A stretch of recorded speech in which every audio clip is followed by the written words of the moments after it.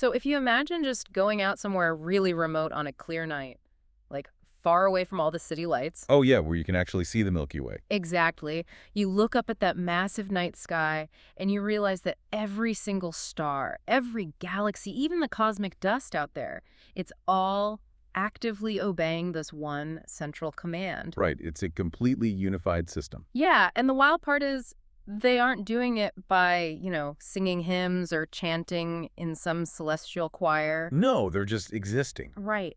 They are obeying by the sheer relentless act of just functioning perfectly. Like gravity, thermodynamics, they literally never take a day off. It's the silent language of the universe, really. It is. But it brings up a really uncomfortable question for all of us down here on Earth. I have a feeling I know where you're going with this. Well, if the entire cosmos operates in this perfect, unquestioning sync with these absolute laws, why are human beings like the only entities that constantly struggle to stay in harmony with the system? Yeah, it's sort of the ultimate paradox of our existence, isn't it? Oh. I mean, you look at a planet, and it doesn't have free will. Jupiter doesn't just wake up one morning and decide, I'm exhausted by this orbit. Right, like I think I'll just spin backward today. Exactly. It just follows the law of its creation. It's locked into this state of perfect programmatic harmony. But then you look at human history. Yeah, human history is basically a long, messy, chaotic record of us fighting against the very laws that govern the rest of reality.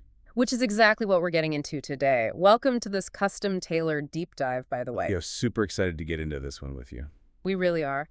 So our mission today is to unpack these profound concepts from Lecture 917 of the Tolu'i Islam series. Specifically, the work of the scholar Ghulam Ahmed Parwez. Yes, and we're zeroing in on his analysis of Surah Al-Isra, which is also known as Surah Bani Israel, specifically ayats 42 through 52. And the core theme we are exploring here is the harmony of the universe, contrasting that with what the text calls the invisible veil of human prejudice. Right, it's prejudice versus the rational insight that's offered by the Quran's cosmic and social laws. Because the text doesn't just, offer some theological platitude about being a good person. No, it goes way deeper than that. It literally bridges astrophysics, sociology, linguistics, and deep human psychology to map out exactly why we clash with the universe. It builds this whole architecture of reason. And to understand why human societies fracture, the text insists we first have to figure out why the physical universe doesn't. Right, which takes us to Parwez, establishing the absolute necessity of a single, unified law. Looking at ayats 22 and 43. This is that concept of cosmic unity, right? Exactly. The text tackles the classic mythological idea of having multiple deities or multiple ultimate powers running the show. And it just completely dismantles it using pure structural logic. It really does. Because if you think about ancient mythologies, the Greeks, the Romans, the Norse, they all had this fragmented view. Oh, for sure. You had, like, a god for the ocean, a god for the sun, a god for war. Right. The universe was essentially a giant parliament of competing interests. Okay, let's unpack this with a modern analogy because the text asks us to apply a basic stress test to this idea. I love this analogy. Go for it. So imagine a massive multinational corporation, right? And this corporation has 5 CEOs. 5 CEOs with equal veto power. Yes, equal power, and they all have completely opposing visions. Like one wants to put all the capital into building airplanes. And another wants to pivot entirely to, agricultural farming. Exactly. And maybe a third one actively wants to short the company's stock and just burn it to the ground. The company would paralyze instantly. It would just collapse under the weight of its own contradictory directives. It would be gone overnight. And the source argues that the universe is basically the ultimate corporation. And its central command, what the text refers to as the arsh, simply cannot be divided. Right. Parwez points out that if there were multiple supreme authorities, they would inevitably fight for dominance over this control system. And you would see the evidence of that massive power struggle in the physical world. Okay, wait. I want to clarify something here. I understand the concept of uniformity in physics, Sure. Like gravity behaves the same way here on Earth as it does out in the Andromeda Galaxy. Right, it's consistent. But applying that uniformity to a divine control center, that feels like a massive leap from physics to theology. I can see why you'd say that.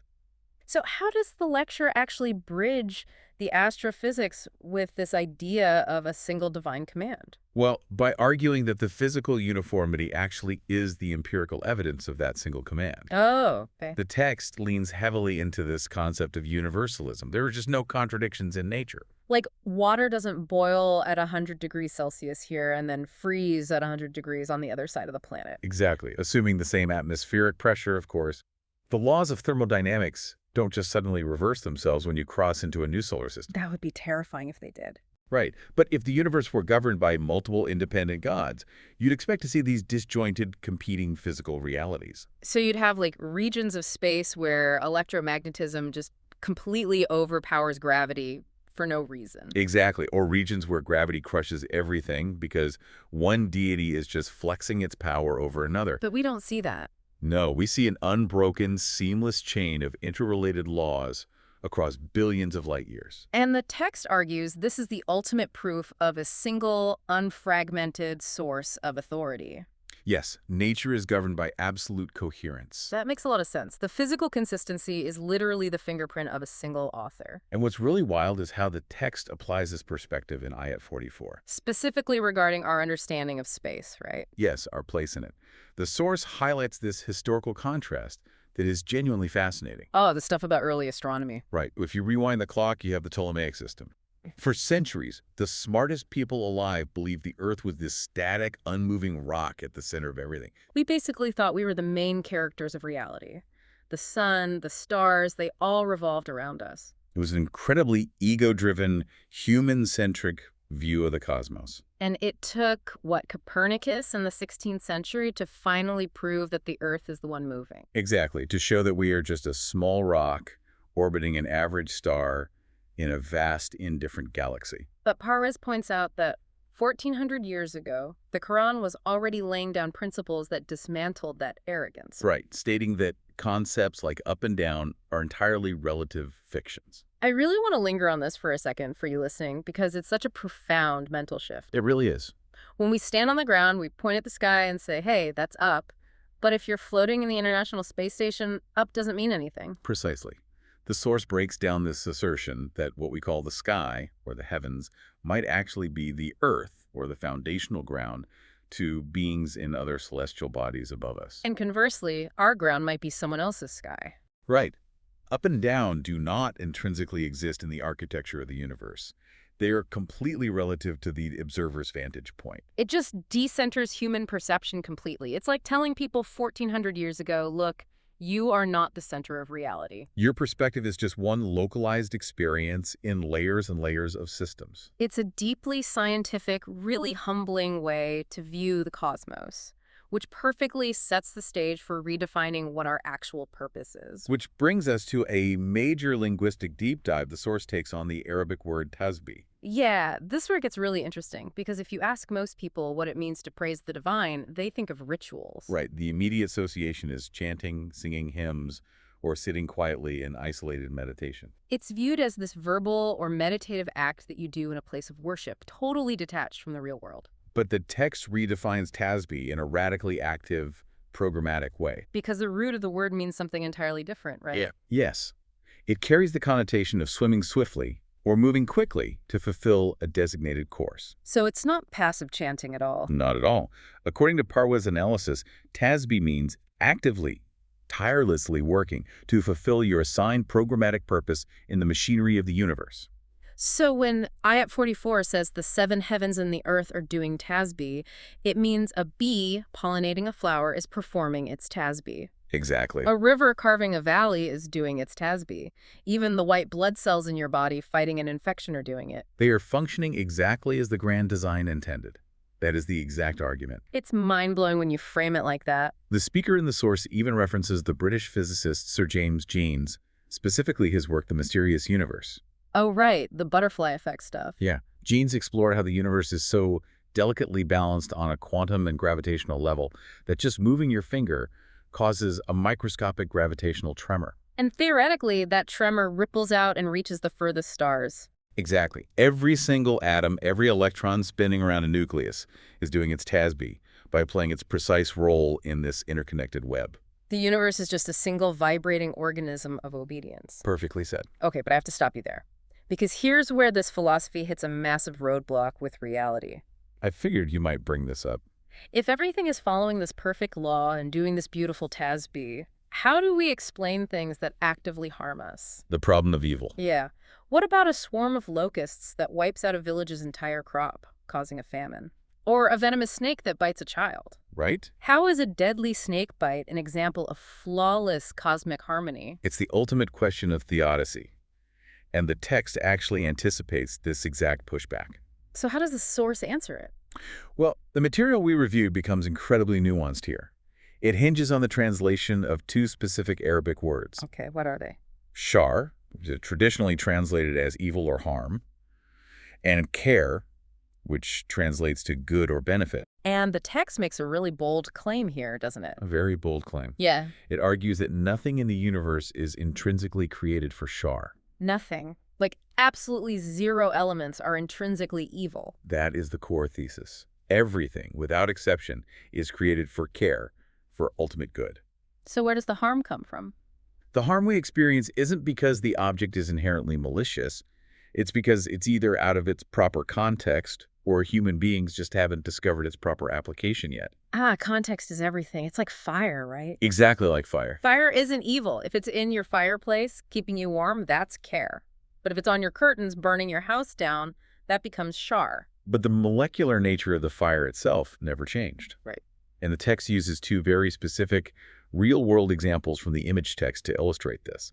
The first one is about wasps. Wasps. Most people would definitely call them evil. Right. We look at a wasp and think, what is the point of this creature? It just seems like an aggressive pest created to ruin picnics. It feels like pure shar. But the source points out an instance where certain species of wasps were actually deliberately exported to agricultural regions in America. Why on earth would they do that? Because the farmers there were dealing with a catastrophic infestation of a different, highly destructive pest that was wiping out their crops. Oh, so they brought the wasps in as a biological weapon. Yes. The wasps hunted and eradicated the crop-destroying pests, which saved the harvest and prevented massive economic fallout. Wow. So in that context, they weren't evil at all. Not at all. They were a biological solution. Their tasbih was to maintain an ecological balance. They were pure care. That completely flips the perspective. But the second example in the source is way more intense. It is. The speaker recounts this deeply personal medical emergency he had. Right, he was undergoing surgery and something went horribly wrong. His bleeding just wouldn't stop. He was actively hemorrhaging on the operating table and all the standard interventions were failing. It was a total life or death situation. And the doctors were completely out of options. But then they used a highly specialized medication. And the primary active ingredient was derived from snake venom. From a single drop of snake venom, the very fluid that evolved to kill. The thing we universally associate with a deadly bite, like the ultimate symbol of primal danger. Yes, but in that operating room, synthesized and applied correctly, that single drop of venom acted as what the speaker calls the water of life, Hayat. That gives me chills. It interacted with his circulatory system and stopped the catastrophic bleeding in 1 single second. It saved his life. The very chemical that destroys life in one context was the exact, perfect mechanism to preserve it in another. Exactly. The snake isn't evil, the venom isn't evil, it's just a tool. It's a chemical key waiting for the right biological lock. Precisely. But this brings us right back to the human element, because the snake doesn't know it holds the coagulant that saves lives. No, it just acts on pure instinct. It bites when it feels threatened. And the wasp just acts on instinct to hunt. They are programmed. So where do humans fit into this? This is where human exceptionalism comes into play in the source's framework. Because we aren't programmed with instinctual perfection. Exactly. Unlike nature, man possesses free will and intellect. We aren't pre-programmed to just automatically understand the universe's mechanics. So how do we access this hidden care? To align ourselves with the cosmic harmony, we have to actively use what the text calls Tafaqquh. Tafaqquh. And we aren't just talking about, like, casual observation here. No, not at all. We are talking about rigorous, empirical scientific inquiry. Tafaqquh is deep, comprehensive research. It's the hard work of uncovering reality. Yes, Wow. because the inherent benefit of the universe is often locked away or hidden behind dangerous facades like the venom. We have to actively seek it out. We have to figure out the molecular structure, extract it safely, run the clinical trials. We have to figure out exactly how many milligrams will cure instead of kill. And you don't figure that out overnight. No, you don't just guess with snake venom. Which is why the text links Tafaqquh with two specific traits we have to cultivate, being Halim and Ghafur, patience and perseverance. Because you can't be impulsive. You can't demand instant gratification. Exactly. The source uses the example of an entomologist, a scientist who might spend 40 agonizing years patiently researching the biology of a single, obscure insect. 40 years. Just observing and testing without rushing to conclusions. That relentless pursuit of hidden truths is how humans perform their version of TASB. It's how we consciously align our free will with the goodness of the cosmic machinery. Perfectly stated. It paints this picture of the universe as a grand puzzle of goodness, and our job is to patiently put the pieces together. Right. But that brings up a massive, glaring roadblock. If the universe is so rational and the benefits are there for anyone willing to do the rigorous work. Why do so many people aggressively refuse to see it? Exactly. Why is history full of societies that actively fight against rational truths, against science, and unified justice? And that question transitions the text perfectly from the external physics of the universe to the deep, messy psychology of the human mind. Oh, this is the part about Ayats 45 through 48. Yes, Parwez tackles this by introducing this profound psychological concept called the Hijab-un-Mastura, which translates to the invisible veil. Right. So Ayat 45 suggests that when some people approach the Quran, or really any purely rational truth, this hidden veil falls over them. And they are literally rendered incapable of perceiving the message. Now, if you just read that on a surface level, it sounds like a magic spell. Like God just throws a physical blanket over their brains so they can't understand. And Parwez aggressively rejects that mystical interpretation. He explains the invisible veil not as supernatural, but as a highly observable psychological phenomenon. The mechanics of the unconscious mind. Exactly. What we today would call cognitive dissonance and confirmation bias. So how does this veil actually form, according to him? Through deep preconditioning.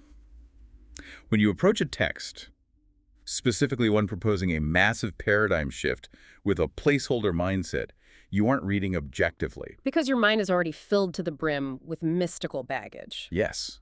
Inherited superstitions, sectarian dogma, or just a pre-existing hatred for the messenger.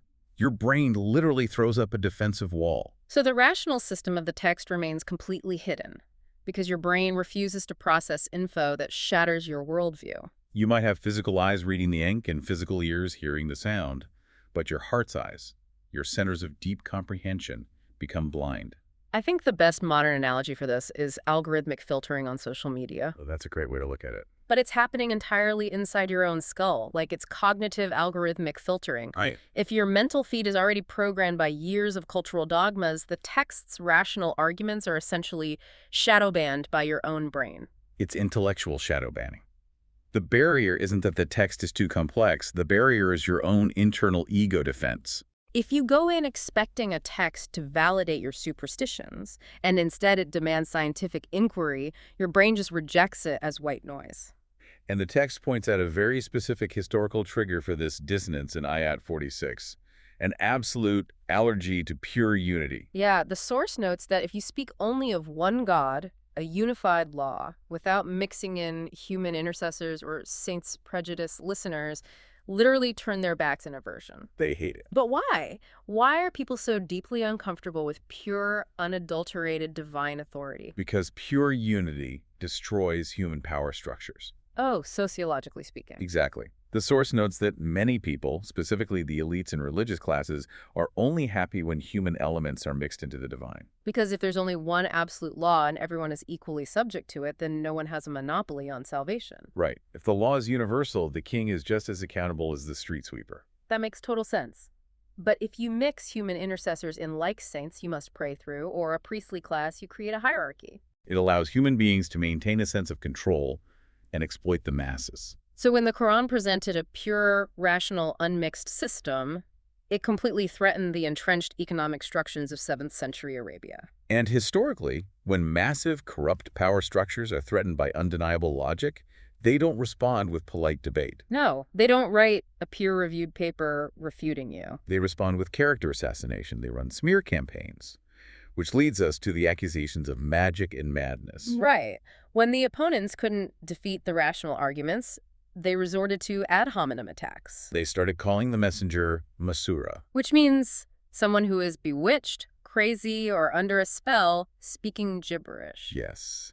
Now, this is a pivotal moment in the source material because Parwez takes a very strong stance against certain historical narratives written centuries later. And I want to make sure we are carefully and impartially reporting this for you all. Definitely. We aren't taking sides on the theological debate here. We're just presenting his logic based on the text. Right. So Parwez dives into the classical Hadith collections, specifically traditions found in books like Bukhari. And he strongly critiques a very famous narrative, doesn't he? Yes, this traditional narrative claims that at one point, the prophet was actually successfully targeted by a black magic spell cast by a Jewish opponent. And supposedly, this spell caused him to suffer memory loss, confusion, and physical deterioration for a period of time. But Parwez argues that accepting this story is completely contradictory to the Quran's own narrative. So what is his logical deduction here? His logic is entirely based on cause and effect and the historical reality of what the prophet achieved. Parwez says, look at the macro picture. Okay. How could a man who is allegedly losing his memory and mentally compromised by a magic spell simultaneously lead a flawless, massive societal revolution? We're talking about a man who drafted the Constitution of Medina, forged geopolitical alliances, and commanded military defenses. And laid the groundwork to topple the Byzantine and Sassanid empires. A cognitively compromised person simply cannot orchestrate an integrated global system. It literally defies the basic mechanics of human capability. Therefore, the source posits that the accusation of Mastura, that he was bewitched, was never a historical reality. It was purely a political smear campaign by the elites. Exactly. Parwez argues that by accepting those later traditional stories, later generations inadvertently validated the very insult the opponents originally fabricated. Wow. So the opponents said, don't listen to him, he's bewitched. Mhm. And centuries later, the tradition said, well, actually, he was bewitched for a bit. And Parwez sees this as a catastrophic failure to apply rational tafaqquh to our own historical sources. It's an intense re-examination of history through the strict lens of pure rationality. The source is demanding that you apply logic not just to biology, but to how you read history and consume tradition. Which perfectly brings us to what the outline calls the engine of reason. Ah, yes, the bones and dust argument. Because the source is about to take a very literal traditional religious concept from Ayats 49 through 51 and completely flip it on its head. To explain how societies rise from nothing. Right. Ayat 49 poses this classic skeptical question from the opponents. When we are bones and dust, will we be resurrected? And if you survey almost any traditional interpretation, the imagery is literal. We picture a physical graveyard, bones rotting in the dirt, waiting for a metaphysical day of judgment to physically reassemble. But the source material takes this in a radically different sociological direction. Parwez suggests shifting the conversation from literal dirt to the intellectual dust of a dead civilization. The intellectual dust of a dead civilization. That is such a heavy phrase. What does it actually mean in the context of 7th century Arabia? It forces you to look at the geopolitical reality. Who was asking this question? The opponents were the powerful elites, but beyond them you had the massive superpowers. The Roman Byzantine Empire and the Persian Sassanid Empire. Right. These were highly structured, militarily advanced behemoths. When they looked at the Arabian Peninsula, they didn't see a nation. They just saw a weak, fragmented, constantly warring group of nomadic tribes. They saw a society that lacked institutions, a unified economy, or any global standing. They were essentially human dust scattered across a desert. In the eyes of the superpowers, the Arabs were politically and sociologically dead. Exactly. So when the early Muslims began claiming that their new system was going to rise up and establish a dominant global order, the opponents mocked them. The question, are you really going to rise up when you are just scattered dust? Wasn't just a theological mockery, it was a devastating political critique. They believed that once a society is scattered and disorganized, it can never achieve integration again. It defied their laws of sociology. But the Quran replies with this definitive, almost aggressive counterargument. It says that even if this weak society were as hard as iron or stone, God's system will bring them to life. And this brings us right back to the physics of the universe. Parwez connects the sociological resurrection directly to the origins of the cosmos. Let's unpack the terms he uses for this. Bada and Kalak. This is where the synthesis really peaks. Scientists trace the universe back to a first cause. The Quran uses bara, which means originating something entirely out of nothingness. Without any prior blueprint or existing material, God brought the entire cosmos into existence from absolute nothing. That is the ultimate act of creation. Now contrast that with khalaq. What does khalaq mean? Khalaq means to take existing, scattered, unformed elements and reshape them, measure them, and organize them into a new form. Ah, so the logic here is airtight. Exactly. If the universal system has the power to execute bara, to pull a universe out of nothingness, then executing khalaq is entirely possible. Taking the disorganized, dust-like human fragments of an existing society and integrating them into a unified civilization. It's completely within the realm of scientific and historical possibility. It's an argument from greater to lesser. If the cosmic law can do the impossible, it can easily do the improbable. Social rebirth isn't magic. It's the strict application of the universal law of integration. When human beings drop the invisible veil, adopt pure unity, and do their tasbih, they harness the same force that holds galaxies together. I love how this demystifies social change. The rise and fall of nations aren't random accidents. They follow a social physics. If you align with the law of unity, you integrate and rise. If you fragment into sects, you disintegrate into dust. But of course, if you are a massive superpower and some scattered desert dwellers tell you they are about to replace you, your next question is very pragmatic. Naturally, you ask for a timeline. In Ayat 51, they ask, okay, if this grand social resurrection is going to happen, when will it happen? And the Quran's answer is deceptively simple. Perhaps it is near. Perhaps it is near, which introduces our final major concept today, the relativity of time in historical transitions found in Ayat 52. Earlier, we talked about the relativity of up and down in space. Now, Parwez explores the relativity of time in human sociology. Right. Ayat 52 states that when this massive change finally happens, the people will feel as if their previous era of stagnation lasted only a little while. The Arabic word is kalela.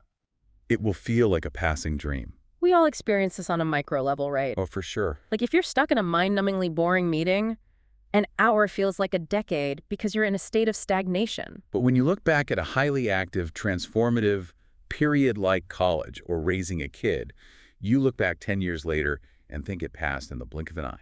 And the source is taking that psychological experience of time and applying it to the grand scale of civilizations. Parwez points to the raw historical evidence to prove this. Let's look at the early Muslims in Medina. They started as disorganized dust, refugees under constant military siege by the Meccans. A non-entity to Rome and Persia. But then, the massive rational integration happens. They align their society entirely with the universal law. They remove hierarchies and establish unified justice. And what happens to the timeline of history? The acceleration is staggering. Within the Prophet's own lifetime, acting as the head of this previously dust-like nation, he writes diplomatic letters directly to the superpowers. To Heraclius of the Byzantine Empire and Khosrow of the Persian Empire, just imagine the audacity of that moment. It's incredible. These superpowers had massive standing armies, heavy cavalry, deep treasuries. And the leader of this new desert state writes to them, not begging for a treaty, but commanding them to submit to universal law and stop oppressing their farmers. It's like a tiny garage startup writing to the CEOs of Apple and Microsoft, telling them they're taking over the industry tomorrow. It must have seemed like absolute madness to the established powers. But it wasn't just words.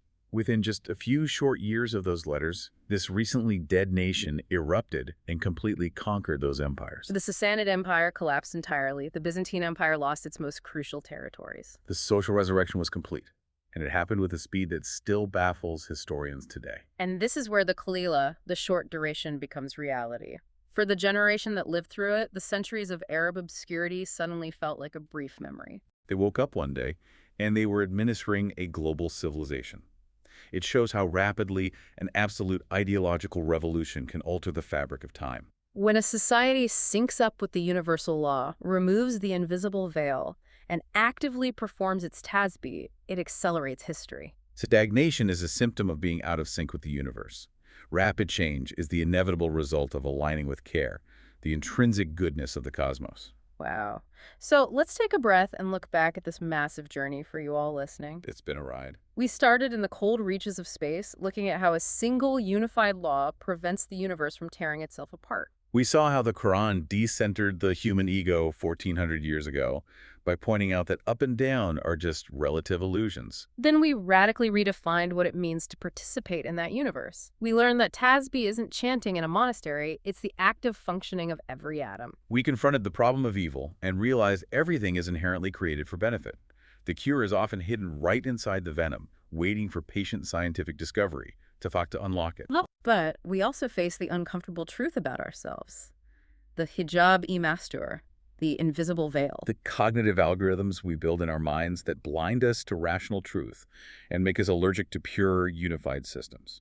And finally, we witness the social physics of how dead, scattered societies can harness the forces of creation to be reborn in the blink of an eye. Proving that the laws of creation apply just as much to human sociology as they do to the formation of stars. Understanding the world isn't just about reading words on a page, it's about aggressively checking our own biases. Are we running mental algorithms that shadow ban the truth? Exactly. Because only when we remove that veil can we see the harmony that is woven into everything. But as we wrap up, we want to leave you with a final thought to ponder. A teaser for where this philosophical journey goes next. Yeah. We've established that cosmic laws are absolute, and societies can be rationally reborn. But if the universe operates on this perfect harmony, what happens when that harmony is deliberately disrupted from within? The internal threat. As we look ahead to Lecture 1017, covering Ayats 53 through 60, we have to ask a very dark question. How do negative forces use speech and psychological warfare to divide communities? If unity is the fundamental law of the universe, creating division is the ultimate cosmic rebellion. So perhaps the greatest threat to a reborn society isn't an external empire with swords. No, perhaps the true existential threat is the internal human ego, the satanic impulse to divide through rhetoric, and a stubborn refusal to adapt to the universal law. It all comes full circle. We started by looking at how perfectly the stars obey the silent language of nature. Maybe our job is to ensure our own voices don't become the noise that shatters that harmony down here on Earth. If we can learn to truly read the silent language of nature, maybe we can finally cure the fractures in our own world. Thank you for joining us on this deep dive. Stay curious, keep ruthlessly questioning your own biases, and we'll catch you next time.